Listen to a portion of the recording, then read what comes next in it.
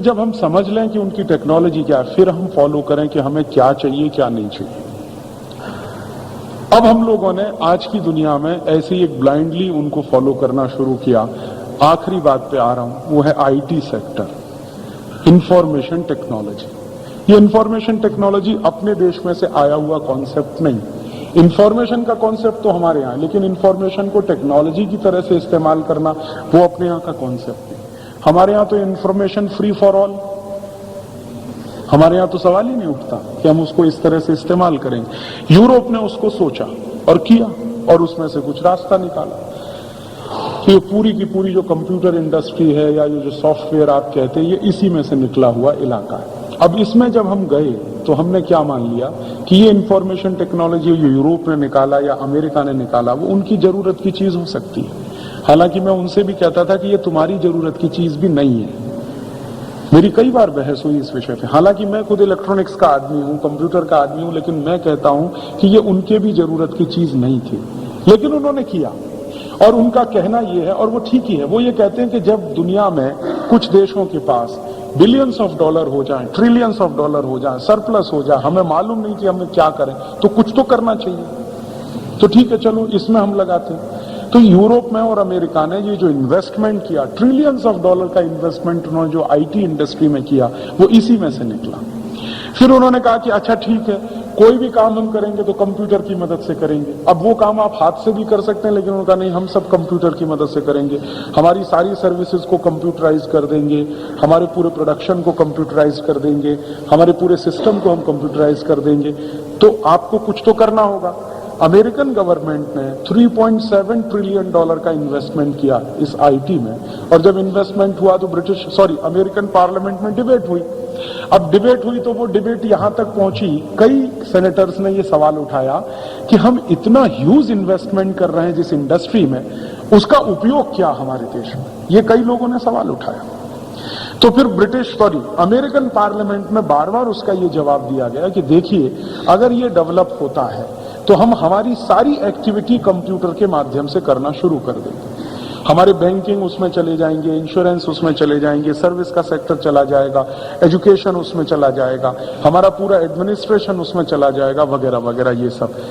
तब कई लोगों ने ये भी सवाल उठाया कि वायरस एंटर कर गया तो उनका फिर बनाएंगे, फिर करेंगे। तो इस उद्देश्य से वो चले गए उस दुनिया में। अब उस दुनिया में गए तो उस दुनिया के अपने कंपल्शंस हैं। हर एक टेक्नोलॉजी के अपने कंपल्शंस होते हैं, हर एक टेक्नोलॉजी की अपनी लिमिटेशंस होती हैं। तो वो कंपल्शन उनके लिए क्या आए? वो कंपल्शन उनको ये आए कि उनके पास आदमी नहीं थे काम करने वाले, और थे तो वो करना नहीं चाहते, क्योंकि ये बहुत ही मोनोटोनस जॉब है। ये जो आईटी इंडस्ट्री है ना, दुनिया की सबसे ज्यादा बोरियत वाली इंडस्ट्री है मेरे हिसाब से। इसमें कुछ एंटरटेनमेंट नहीं। आप बैठे हैं, एक ही तरह का जॉब करते रहिए 24 घंटे, 48 घंटे, 50 घंटे, 100 घंटे। खेती का काम तो कम से कम इतना मोनोटोनस नहीं है, आईटी का काम तो बहुत ही मोनोटोनस है। और ये जो यूरोपियन लोग हैं और अमेरिकन लोग हैं, इनको मोनोटोनस वर्क बिल्कुल पसंद नहीं, क्योंकि मैंने कहा ना, जिंदगी तो एक ही बार मिली। अब जिंदगी एक बार मिली है, बार बार तो मिलने वाली नहीं, तो वो इसी में खत्म हो जाए तो हमारे लिए प्रॉब्लम। तो इंडस्ट्री तो बनाई उन्होंने, लेकिन उसको चलाने वाले लोग नहीं थे। कहां से आते लोग? तब दुनिया के देशों को उन्होंने अपील किया, उसमें भारत भी एक था, कि भाई हमको लोग चाहिए जो हमारी आईटी इंडस्ट्री को चला सके। तो फिर हिंदुस्तान में आईटी एजुकेशन आ गया, क्योंकि हमें एक्सपर्ट्स बनाने थे उनके यहां भेजने के लिए। तो हमने जगह जगह सब सेंटर्स बना दिए, जगह जगह यूनिवर्सिटीज आए, यूनिवर्सिटीज ने सिलेबस लाया, हमारे कुछ दूसरे इंजीनियरिंग कॉलेजेस में आया, शायद आपके यहां भी होगा। तो ये सब सेंटर्स हमने डेवलप किए। किस लिए किए? हमारी कोई डोमेस्टिक डिमांड नहीं थी, अमेरिकन डिमांड को फुलफिल करने की, और वही हम कर रहे हैं। उसके लिए कुछ कंपनियां बनी, इन्फोसिस आया, सत्यम आया, ये आया, वो चाहे नारायण मूर्ति का हो या किसी का भी हो। ये सारी कंपनियों ने फिर क्या करना शुरू किया? बॉडी शॉपिंग, और हमने उसी को बड़ी टेक्नोलॉजी माना। अब ये बॉडी शॉपिंग तो कोई टेक्नोलॉजी नहीं हुआ करती। यहां क्या हो रहा है आईटी के नाम पर, अब तो थोड़ा बंद हुआ क्योंकि अमेरिका में बबल बस्ट हो गया, लेकिन यहां यही तो हो रहा था कि हम हमारे देश में कुछ लड़के लड़कियों को तैयार कर रहे हैं, कंप्यूटर की दुनिया में काम कर सकें, और उनको अमेरिका एक्सपोर्ट कर रहे हैं। और उसमें से कुछ पैसा बना रहे हैं, तो उसको हम आईटी एक्सपोर्ट कह रहे हैं।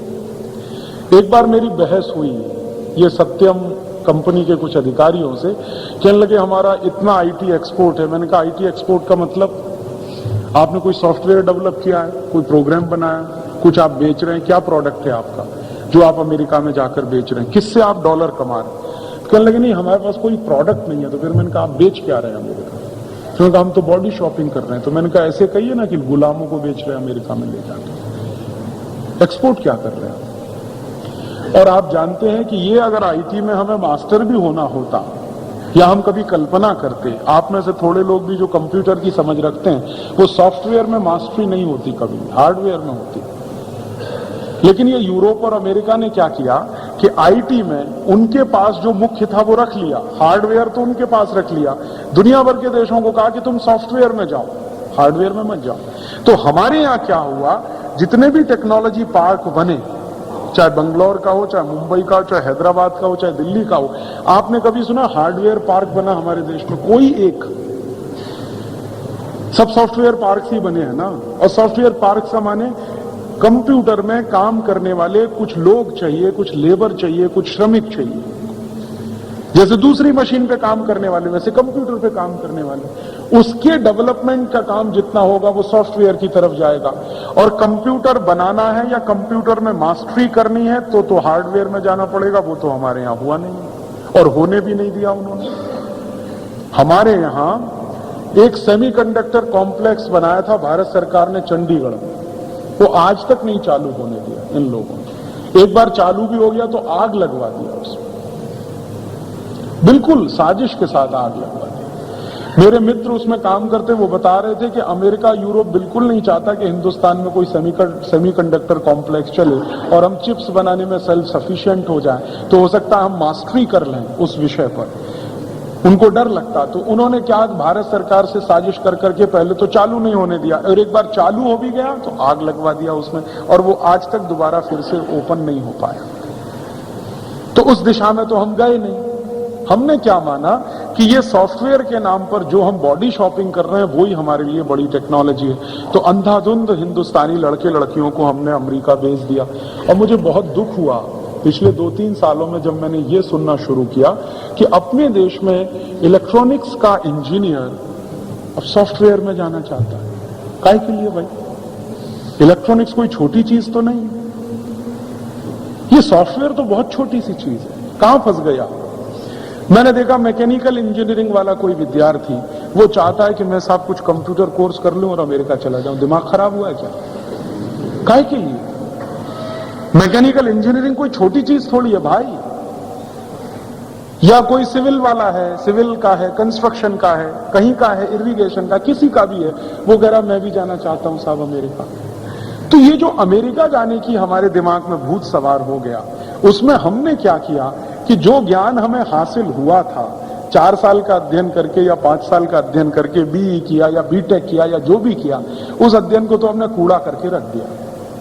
और 6 महीने में 8 महीने में जो हमने अध्ययन हासिल किया उसको हमने सुप्रीम मानकर लाइन लगाना शुरू कर दिया कि चलो अमेरिका, चलो अमेरिका, चलो। तो चले गए। ऐसे ऐसे लोग अमेरिका चले गए जो बहुत अच्छे साइंटिस्ट हो सकते थे। मैंने तो ये बीमारी आईआईटी में देखी। लास्ट ईयर मैं उनके फंक्शन में गया जहां से मैं निकला, कानपुर आईआईटी से। उन्होंने लास्ट ईयर मुझे बुलाया कि आओ तो सही, देखो अपना घर कैसा। तो मैं गया तो ऐसी बीमारी है वहां भी। आप जानते हैं आईआईटी तो हिंदुस्तान के प्रेस्टिजियस इंस्टीट्यूट्स में से एक है। वहां जाना ही लोगों को लगता है कि गर्व की बात है। अब वहां से जो प्रोडक्ट निकल रहे हैं वो कहते हैं जी हमको भी थोड़ा कंप्यूटर सीखना है। अब वो इंडस्ट्रियल इंजीनियरिंग वाला एक लड़का कह रहा था कि राजीव भाई आपके ध्यान में कोई इंस्टीट्यूट है क्या ऐसा? मैंने कहा तुम्हारा दिमाग खराब है? नहीं, मुझे कहा अमेरिका कुछ ज्यादा पैसा मिल सकता है, ऐसा हो सकता है। मैंने कहा तुम्हारे पास जो ज्ञान है इंडस्ट्रियल इंजीनियरिंग का वो हिंदुस्तान में भी काम आ सकता है, तुम काहे को उसमें फंस रहे हो? नहीं माना, चला गया और अब वापस आ गया। अब अपना सिर पीटता, कहता राजीव भाई आपकी मैंने नहीं मानी, अब मैं तो बहुत बुरी तरह से फंस गया। अब हुआ क्या कि जो सॉफ्टवेयर इंडस्ट्री के लिए उन्होंने दुनिया भर से लोगों को बुलाया था वो तो बबल था, बर्स्ट कर गया। वो अमेरिकन इकोनॉमिस्ट भी कह रहे थे कि ये ज्यादा दिन टिकेगा नहीं, थोड़े समय का है, थोड़े समय तक है। क्यों? उसका कारण क्या है कि कोई वर्ल्ड मार्केट नहीं है उसका।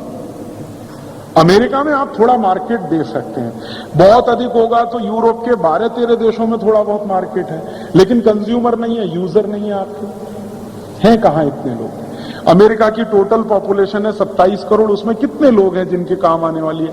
और मैं कहता हूं चलो सबके काम आ जाए, फिर उसके बाद यूरोप को भी शामिल कर दो, तो 40-50 करोड़ लोगों के काम आने वाली कोई भी टेक्नोलॉजी सस्टेनेबल हो ही नहीं सकती।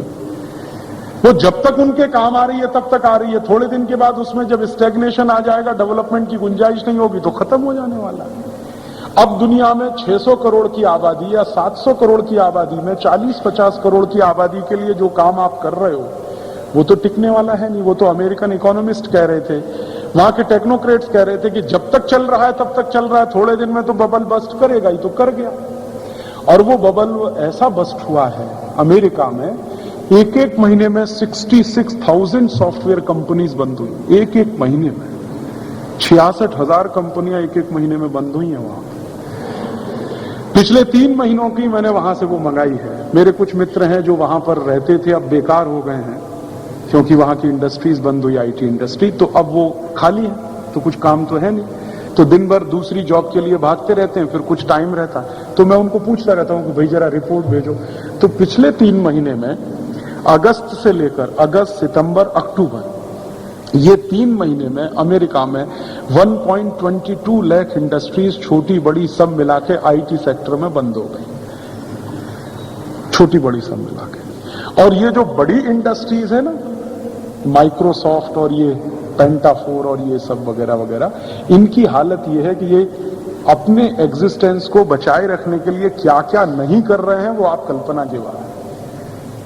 वो खुद कह रहा था बिल गेट्स अभी थोड़े दिन पहले कि अब उसको अपनी इंडस्ट्री को बचाए रखने के लिए बच्चों के कंप्यूटर गेम्स बनाने पड़ रहे हैं। ये माइकल गेट्स, वो गेट्स ने कहा अभी थोड़े दिन पहले, उसने प्रेस कॉन्फ्रेंस में, कि मेरी इंडस्ट्री तो गई, अमेरिका चूंकि डूब गया आईटी में, तो मैं भी डूब गया हूं, लेकिन अब मैं मेरे अस्तित्व को बचाए रखने के लिए कहां आ गया हूं कि बच्चों के लिए कुछ कंप्यूटर गेम्स ही बनाता हूं। कम से कम उसमें तो मार्केट है, बाकी तो और कहीं मार्केट ही नहीं है मेरे लिए। तो अच्छा, अब वहां ऐसी हालत है, मार्केट नहीं है अमेरिका और यूरोप में, तो आप हिंदुस्तान के बारे में सोचो, यहां कितना मार्केट है? यहां तो कुछ है भी नहीं, पहले से भी नहीं था, आगे होने की कोई संभावना नहीं है। तो आप पूछोगे फिर मैं कहना क्या चाहता हूं, तो मैं आपको यही कहना चाहता हूं कि ये जो भूत आपके ऊपर सवार है ना, इसको थोड़ा उतार दीजिए नीचे। और अगर आप मैकेनिकल में है या इंडस्ट्रियल में है या इलेक्ट्रॉनिक्स में है या इलेक्ट्रिकल में है या सिविल में, आप जहां भी हैं वहीं ईमानदारी से काम करिए, वहां से कुछ रास्ता निकल आएगा।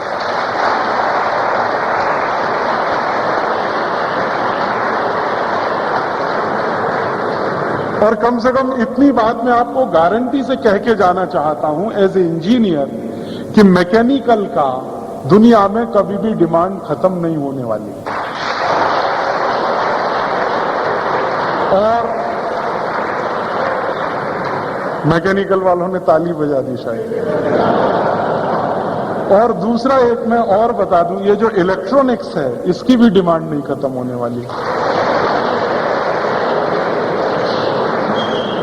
थोड़ी बहुत डिमांड में कुछ कमी ज्यादा होता है ना, वो सिविल में जाता है।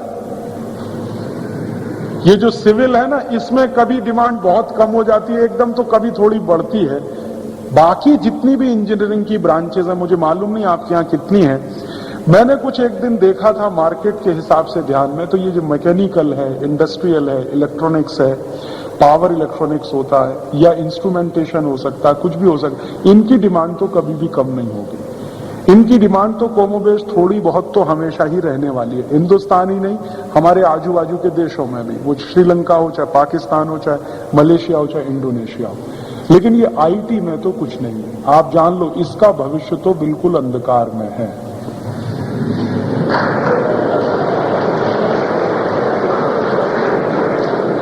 और इसका भविष्य अंधकार में वहां हो गया है जहां से इसका जन्म हुआ, अमेरिका में।